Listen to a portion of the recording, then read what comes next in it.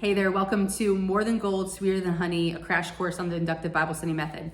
This video is going to be a high-level snapshot of the overview section. So this is the kind of a big part of before you begin the actual study process. This is gathering information, gathering context, and the lens from which you need to enter a book. And kind of the analogy or the example is probably a better way to say it that I often give is that we do this with all types of literature. So the Bible is a piece of literature. There are tons of different genres, there are subgenres. And so the way that we are entering into a book should change based on the genres and what we know about that book and piece of literature.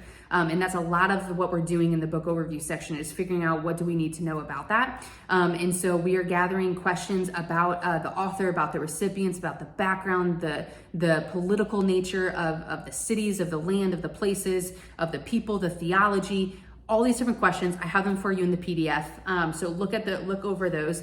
But the example that I often give is if you are going to a library specifically to rent a sci-fi novel and you find yourself 3 pages in to a romance novel, you're gonna be really frustrated or you're gonna be really confused on what is going on in this book, right? Because the lens from which you read sci-fi is very different from the lens and posture from which you read a romance novel.